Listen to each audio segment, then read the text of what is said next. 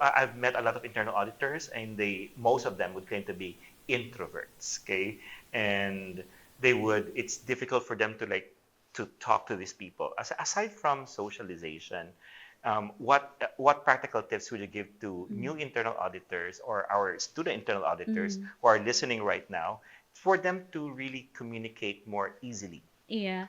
Me personally, I'm also an introvert. So the socialization of Mel, I call it like stakeholder engagement. Oh. Engaging your stakeholders properly. Because of course we have different stakeholders, they have different expectations. Even in the report, sometimes they have different preferences. So how can you capture all of those expectations and preferences in such a way that when you deliver your report, they get to appreciate it. But of course, that's very important. So when you become an internal auditor, it's not only about technical skills. You should have the right balance of soft skills. Engaging with your stakeholders, that's a soft skill. Communicating properly, how can you convey the result of your work? How can you articulate it? So it's very important for our internal auditors. So yeah, you get the training, you get the exposure, you get the opportunity. So when your CAE would ask you, can you talk to our CFO and maybe share your issues and get their thoughts? So grab that opportunity. It will develop your self-confidence and how you can communicate well to them.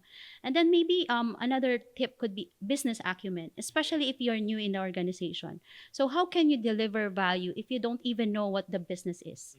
So it's very important for us to get to know the business, the processes, the people, the culture. So in such a way that we can respond accordingly, what's the need of the organization, what's important to them, what matters most to them.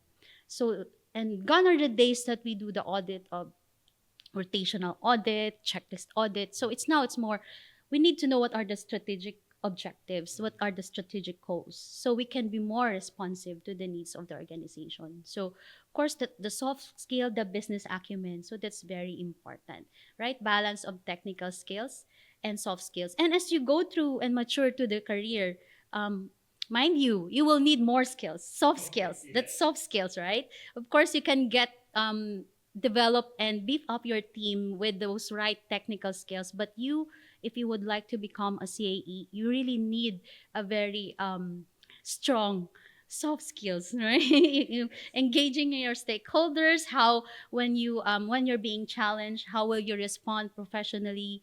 Of course, there are auditees that could be very nasty at times. So how would you respond to that professionally, right? So all your EQ, IQ will be tested. To Yeah. keep it short, Yeah. you need Yeah. to maintain diplomacy and tact. Yes, yes, Yes. yeah. But it's really a good career. So, and you can actually personally apply it as well in your personal life. So yeah. So for those who are eyeing currently, maybe our internal audit associates or supervisors, managers, there's really a good opportunity. And I think there are a lot of stuff they don't want to be a CAE because they see maybe how Mel works, how JR works. It's not really encouraging, right? They would see how stressful the work can be. But as JR said, once you have done your part, the self-fulfillment and the self-satisfaction that you get at the end of the day by protecting your organization, because you have the courage to tell them, hey, we are facing this and we have to do something about this. Hey, come So on. Aspiring internal audit managers, they look stressed, but they look fulfilled. Look at them. yeah.